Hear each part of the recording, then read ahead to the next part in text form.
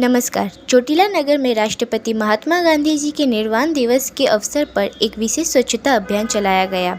नायब collector ST. Makwana के मार्गदर्शन में नगर पालिका, प्रशासनिक अधिकारियों और स्वास्थ्य विभाग और स्कूल के बच्चों ने मिलकर शहर में सफाई की। इस अभियान के दौरान भारी मात्रा में प्लास्टिक और कचरा इकट्ठा किया गया। प्रशासन का मुख्य उद्देश्य चोटिला को स्वच्छ, सुंदर और प्लास्टिक मुक्त बनाना है, ताकि यात्रियों और नागरिकों को किसी भी प्रकार की परेशानी न हो। अधिकारियों ने लोगों से अपील की है कि कचरा केवल नगर पालिका के वाहनों में ही दें और सार्वजनिक स्थानों पर गंदगी न फैलाएं। भविष्य में भी ऐसे अभियान जारी रहेंगे।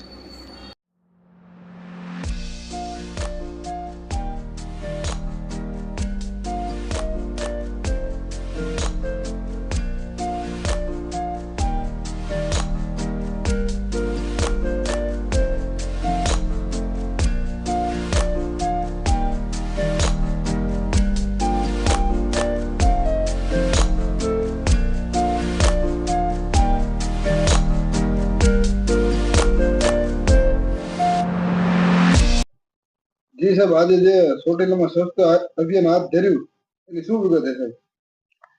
આપણું ચોટીલા સ્વચ્છ ચોટીલા થીમ અંતર્ગત ચોટીલા નગરપાલિકા વિસ્તારની અંદર સમાવિષ્ટ જૂના બસ સ્ટેન્ડ વિસ્તાર તેમજ સ્મશાન વિસ્તારની અંદર તેમજ અગાઉ જે ડમ્પિંગ સાઇટ આવેલી હતી ત્યાં મોટા પ્રમાણની અંદર પ્લાસ્ટિકના ઢગલાઓ પડ્યા હતા અને ત્યાં જે ચોટીલા નગરપાલિકા વિસ્તારની જે ગાયો છે તે ગાયો આ પ્લાસ્ટિકને ખાતી હોય, જેના લીધે ગાયોના આરોગ્ય ઉપર પણ મોટા પ્રમાણમાં અસર થતી હતી।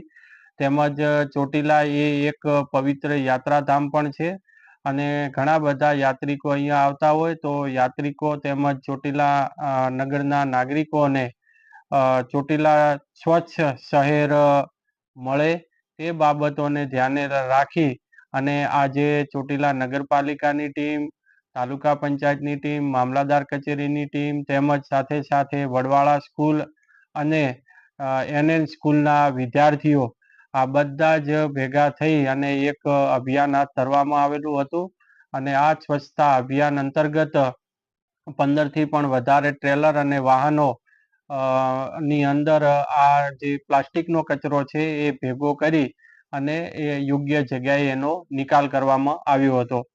આ અભિયાનની સાથે સાથે ચોટીલા નગરપાલિકા વિસ્તારની અંદર જે નાગરિકો વસવાટ કરે છે તેઓને પણ એક જાહેર અપીલ કરવામાં આવે છે કે હવે પછી આપનો જે પણ કોઈ પ્લાસ્ટિકનો કે અન્ય કચરો છે તે સવારે જે પણ કોઈ સ્વચ્છ ભારત મિશન અંતર્ગતનું જે વાહન આવે છે એની અંદર જ કચરો નાખવો જોઈએ। જાહેર રસ્તાઓ પર કે જાહેર સ્થળોએ કચરો ન નાખવો જોઈએ અને આ અભિયાનને આપણે સૌએ સાથે મળીને એને સફળ બનાવવાનું છે।